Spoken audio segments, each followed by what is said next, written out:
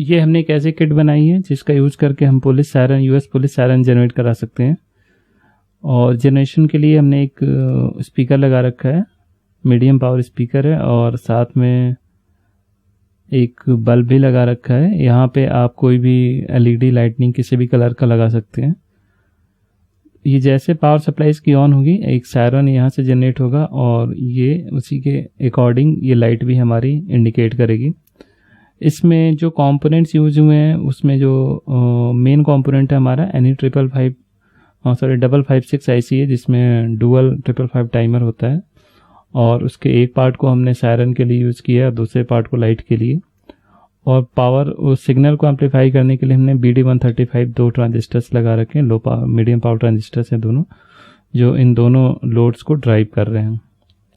For example यहाँ पे अगर हम इसे ऑन करें,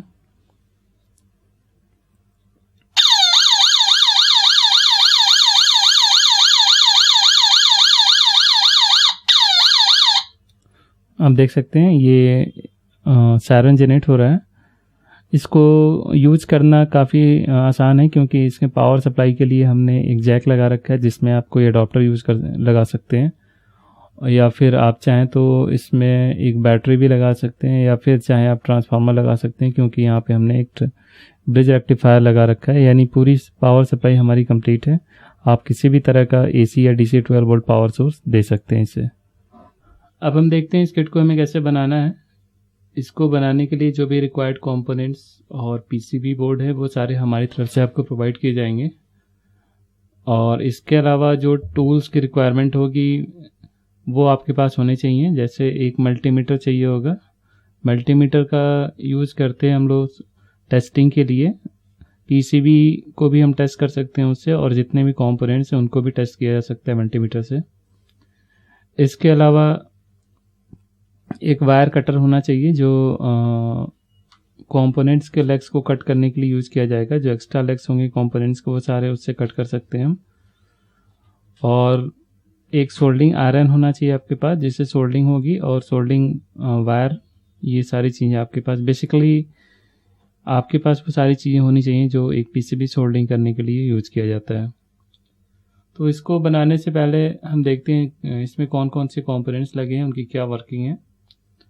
सबसे पहले पावर जैक यहाँ लगाया हुआ है। पावर जैक का काम है पावर सप्लाई कनेक्ट करना, यानी वहाँ से हम पावर सप्लाई अपने सिस्टम को देंगे। वहाँ पे आप एक बैरल जैक लगा के पावर सप्लाई को कनेक्ट कर सकते हैं। इसके बाद पावर स्विच है, यहाँ पे आप देख सकते हैं। पावर जैक लगाने के लिए इस PCB बोर्ड पे आप टॉप साइड से कंपोनेंट्स को लगाएंगे। ये टॉप साइड कहलाता है, जिधर कोई ट्रैक नहीं है। और ये कॉपर लेयर है, बॉटम लेयर, जिधर से हमें सोल्डिंग करनी है। तो इधर से हमने लगा दिया। इसके बाद फिर पावर स्विच लगाया हमने ऑन ऑफ करने के लिए। देन एक ब्रिज रेक्टिफायर लगाएंगे। ब्रिज रेक्टिफायर का काम होता है सप्लाई को रेक्टिफाई करना, यानी अगर आपने ट्रांसफार्मर से इनपुट दिया है तो वो ट्रांसफार्मर का आउटपुट AC होता है, उसको ये DC में कन्वर्ट कर देगा। अदरवाइज अगर DC आपने सप्लाई दी है तो उसको ये बाईपास कर देगा, यानी एक DC सप्लाई आउटपुट पे जाएगा लेकिन करेक्ट पोलैरिटी के साथ। तो यहाँ पे दो बेनिफिट हैं इसको लगाने के। पहला तो आप AC सप्लाई कनेक्ट कर सकते हैं ट्रांसफार्मर, और दूसरा ये कि आप किसी भी पोलैरिटी पे इनपुट सप्लाई दे सकते हैं। तो इसमें यानी आप एक इसके सोर्स की तरह सोर्स के लिए आप या तो ट्रांसफार्मर यूज़ करें या बैटरी यूज़ करें, या फिर आप एक अडॉप्टर भी यूज़ कर सकते हैं। तो रेक्टिफायर में 4 पिंस हैं। इसमें आप देखेंगे कि लगाने के लिए जो ये सबसे बड़ा वाला लेग है इसका, ये पॉजिटिव है, पॉजिटिव आउटपुट DC का। तो वो इस कॉर्नर पे आना चाहिए, इस बोर्ड पे। आप यहाँ भी देख सकते हैं, यहाँ पॉजिटिव पिन है, तो वो इस कॉर्नर पे आना चाहिए। यहाँ प्लस सिंबल लिखा हुआ है। इसके अलावा हमें एक कैपेसिटर लगाना है जो रिपल्स को रिमूव करता है। तो इसके 2 टर्मिनल्स हैं, ये पॉजिटिव ये नेगेटिव। तो पॉजिटिव वाला अंदर की तरफ होना चाहिए। ये हमने ऐसे लगा दिया। देन एक रेगुलेटर IC हमें लगानी होगी, 7809 हमें लगाना है। तो इसको लगाने के दो तरीके हैं, या तो आप सीधे सीधे लगा दें जैसे इसमें लगा हुआ है, या फिर आप यहाँ एक बड़ा स्ट्रिप लगा के उसके ऊपर इसे माउंट कर सकते हैं। देन यहाँ ये आईसी हमें लगानी है NE556।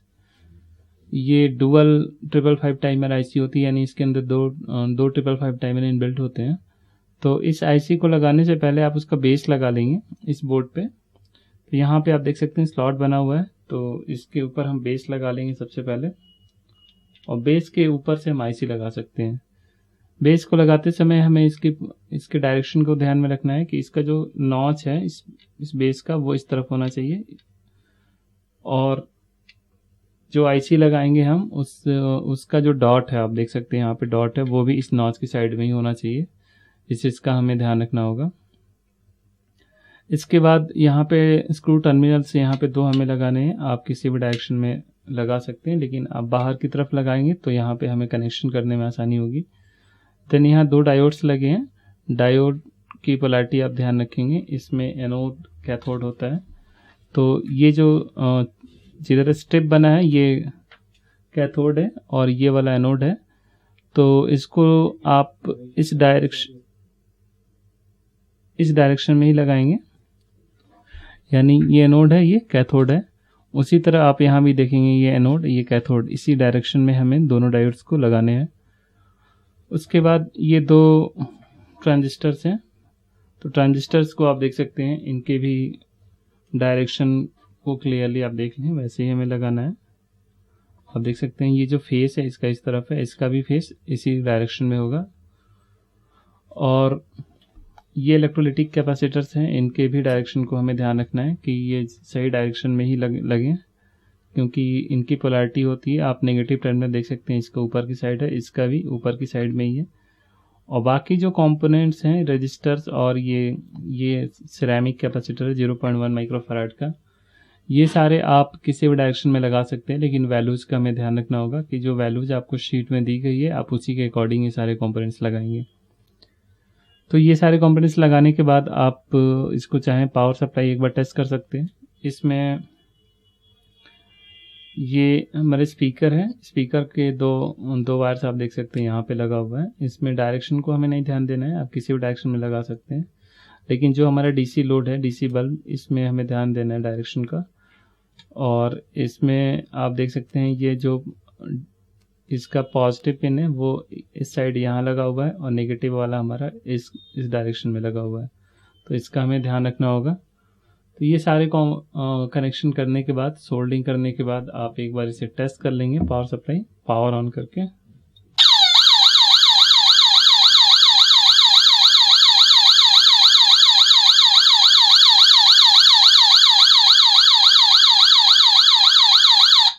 आप देख सकते हैं पावर सप्लाई हमारी ऑलमोस्ट 7.8 वोल्ट के अराउंड आ रही है। तो पावर सप्लाई का आप ध्यान रखेंगे कि सप्लाई वहाँ पे पॉजिटिव सही आना चाहिए 7809 के आउटपुट पे, तभी हमारा सिस्टम प्रॉपर्ली ऑपरेट होगा।